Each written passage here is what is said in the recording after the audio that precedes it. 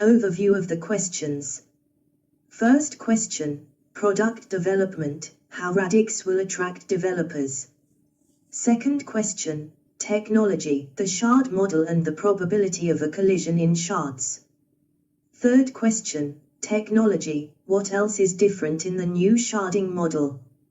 Fourth question, technology, are the nodes cycling through shards to process transactions? Fifth question, economics, why network fees are charged and burned? Sixth question, legal, how does Radix plan to deal with the right to be forgotten in GDPR? Seventh question, technology, Quorum Certificates indicates nodes agree on something. What is this something? Eighth question, technology, how much is faulty tolerated planned for the global shard? Ninth question, technology, how shard space adjustment will be recorded? 10th question, implementation, what are Radix's plans for concrete implementation of real-world decentralized finance requirements? Okay, I'm ready. Hello everyone. I think this is the third Ask Me Anything session already and the questions are starting to get really low-level technical, which means the Ask Me Anything format might not be the best place to answer them, especially as we're time-boxed. I'll start with the simpler questions and work into the more technical ones. First question, product development, how Radix will attract developers. How will you be trying to get developers, teams, organizations to work on Radix? Will you have an easy way of moving people off from Ethereum and onto Radix? For example, Ethereum Virtual Machine and Solidity language support. Ethereum network effects is huge and growing rapidly. Answer to the first question, I don't think it will be just one thing that incentivizes developers to build on Radix or move from another platform. The obvious yet elephant in the room, scalability issues plague pretty much everything out there at the moment. That's one obvious draw as a developer. I know of developers that had great ideas but they just weren't possible to implement and provide a nice user interface on any of the current platforms. Address things like scale, and the decentralized applications that aren't worth developing suddenly become possible. Those guys are an easy win though. Easier to build on is another good incentive. Solidity is a very steep learning curve. Back in 2014 it was a nightmare as there were next to no tools at all. But it's still very easy to do something wrong, and you need think in a non-intuitive way a lot of the time. Composability-based logic alleviates that to some degree, and the tooling is easier to build. A network with value is also a huge incentive to build on, as a network that has value is also a network you can profit from with your decentralized applications, so that is and will always be a focus point to attract developers. Porting Solidity, yeah, you could do it, but it would be a lot of work, fraught with issues and various security gotchas. There is a lot we can do with the composable particles, custom particles, etc. over the course of the map before we need to think about natively porting Solidity, or any other Turing-complete language for that matter. Second question, technology, the shard model and the probability of a collision in shards. I think you said, in the last Ask Me Anything session, that new shard model would be changed from 2 exponent 64 to 2 exponent 256 shards. The reason being that this would make the probability of a collision in shards so unlikely as to be practically impossible. But if such a collision is generated anyway, the worst that would happen is a single transaction and state change would be delayed. Is this correct? Answer to the second question, pretty much yeah. So if I'm sending you some XRD tokens, and that up particle has a hash that matches an existing up particle in the network, that transaction will just fail. If I retry, the up particle I generate for you will have a different hash, and it'll go. If I'm trying to spend some XRD tokens, and a down particle is created that already exists, again it will just fail, as I can't have two down particles with the same hash. Retry and it'll be a different hash that is generated which references the up particle, so all is fine. Third question, technology, what else is different in the new sharding model? Answer to the third question, for account-based shards, which can still be supported, then the public key can be used before. There is deterministic function that maps the up and down of a particle to a shard address in the same sense. The main difference is that particle shards need to be unique for all particles, whereas account shards can be shared by any events. Fourth question, technology, are the nodes cycling through shards to process transactions? Answer to the fourth question, nodes aren't cycling through shards, no. Each node has a mempool of events that have been presented by clients that have not been processed yet for which it is responsible, based on its shard configuration etc. In the crudest sense, nodes just pick an event X from this pool of pending events and declare their will to process it, kicking off an emergent Cerberus instance. In practice there will be some weighting of the events in that pool so that all nodes responsible for it can predict to some degree which will be picked next. Weighting will be a factor of event age, particle age, size etc. Ideally we want all nodes servicing a shard to agree on the next one to process as cheaply as possible. Weighting the mempool is an easy way to increase efficiency by quite a chunk, as dealing with an initial agreement of what to actually process next between a set of validators in a consensus instance is super expensive. Fifth question, economics, why network fees are charged and then burned? I still don't understand why fees are charged and then burned. The fees are not necessary to incentivize network maintenance. That happens via staking. The only problem a fee seems to solve is the discouragement of spam denial of service attacks. But it does nothing to prevent an army of spam bots from attempting to overload the network for nefarious reasons. Radix Public Network Release 3 should be capable of spinning up additional staking nodes to handle such a spam-induced surge in network usage. Will it be? Are there any other reasons for a fee? Answer to the fifth question, denial of service spam attacks are really quite a serious threat, even in Radix Public Network Release 3. Even a little amount of friction helps a lot.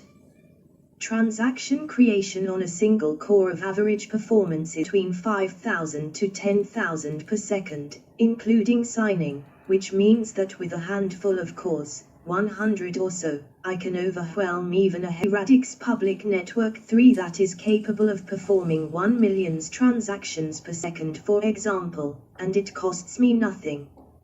If I tag even a small fee onto that of $0.001, that's now costing me $1,000 per second to disrupt that 1 million transactions per second Radix Public Net 3. Sure, there are other denial of service attack vectors. I can just beat the network to death with invalid transactions. Checking a valid transaction though is a lot more expensive than an invalid one, and there are other measures I take to mitigate a surge of invalid transactions being presented to me as a node, disconnecting the client for example after a bunch of them. Sixth question, legal, how does Radix plan to deal with the right to be forgotten in GDPR? Answer to the sixth question, this, while a simple question, is pretty tough to answer. How will any of these platforms deal with that right to be forgotten? It's tricky because I can't just prune the transaction from the ledger. I have to keep bits of it around, so that new nodes that are joining can replay the history when they are syncing to ensure they are on the right ledger, amongst other things. Just a single missing transaction breaks that process. So then it starts to get technical, as then I have to keep hashes of the content around so that the ledger maintains integrity, but remove the data itself. Great, complex, but doable. This is a decentralized network though, so no one can enforce that I forget something I have seen. The only way for anyone to be sure I don't have that information lying around is that I never saw it in the first place. There is nothing preventing a node from not deleting that data on the request to be forgotten and doing all manner of nefarious things with it in the future. I'd be interested to have a larger discussion about this in the future, because it relates to other stuff that's a real problem, such as filtering and removing illegal content from being placed on the ledger for eternity. 7th question, technology. Quorum certificates indicates nodes agree on something. What is this something? Answer to the 7th question, good question. Depending on who you talk to, and what implementation, and for what purpose, you'll possibly get a different answer regarding the different phases of any multi-phase commit protocol. To simplify and generalize, you can think of the three-phase Cerberus process as follows. Phase 1 nodes agree on the thing to process. Phase 2 nodes agree that the thing is valid and can be committed. Phase 3 nodes agree that enough of the nodes committed the thing and is therefore final. 8th question, technology. How much is faulty tolerated planned for the global shard? For the global shard, how much is faulty tolerated planned to be? I gather if it uses the same algorithms, then it's also leader-based, but how can it be, if knowing the leaders depends on it? Can we work with quadratic message complexity on this layer and avoid leader-based? What's planned? Answer to the 8th question, for the global shard this needs to be as high as possible. Even with leaders the message complexity is quadratic in nature, but bottlenecks to and from the leader. One side of that can be solved with threshold signatures, so clients receiving quorum certificates from the leader have just a smaller, single message. Having no leaders just brings many more complexities that we don't really want to deal with besides a higher message complexity. On the positive, the global shard changes will be lower frequency compared to the rest of the network, so we can push faulty tolerated to take advantage of that. Further, it's possible to do batching on the global shard due to its unique properties, so we can agree many changes there in a single consensus instance rather than many. That allows us to push faulty tolerated nodes further still. The value for that faulty tolerated nodes isn't determined yet though, and it doesn't really become important until Radix Public Network 2. 9th question, technology. How shard space adjustment will be recorded? In the previous Ask Me Anything session you said, the issue of the underserved shards in the sharding model we have now is mitigated quite a bit due to the fact that a shard may only represent the construction and destruction of a single state. I don't understand how. With tempo at launch, nodes would have had a financial incentive to look for and serve underserved shards, and this automatically did load balancing on the network. This incentive was driven by the fact that the reward was proportional to the number of transaction and state changes processed. What will replace this financial incentive, when some staking nodes can no longer service the entire shard space? Does the emission reward depend not only on the stake size but also on the number of transactions and state changes processed? Does the find me next node to service call, assuming one exists, just randomly pick an unused shard for me? Answer to the 9th question, from a node's proof of verification it's really still doing the same thing. Once it gets overwhelmed it can just signal and say, hey guys, I can't keep up with 100% anymore, I'm dropping to 90%, then 90% to 80% and so on. This announcement of shard space adjustment will be recorded in the global shard also, as everyone needs to know about it. Node rewards can then be a function of the stake amount and the portion of the shard space it's serving, so you're still incentivized to serve as much as you can. If you serve more than you can, then that node will not be able to keep up, and it will be missing from many or all of the quorum certificates from when it started to lag behind, evidence of a fault of some kind, and therefore can be slashed. From a load balancing perspective, it's a better solution too. Before, I could look for profitable shards, like Amazon, and move there, in the process causing some other shards to become underserved. The guys with lower powered machines who couldn't handle highly loaded, Amazon-like, shard could reconfigure their nodes to point at these now underserved shards, and so on, eventually reaching some kind of equilibrium. Now, in the current model, there is nothing to look for as everything will be uniformly distributed. There shouldn't be any underserved shards or overserved ones for me to want to target. I simply just declare how much of the shard space I can cope with, and probability theory does the load balancing.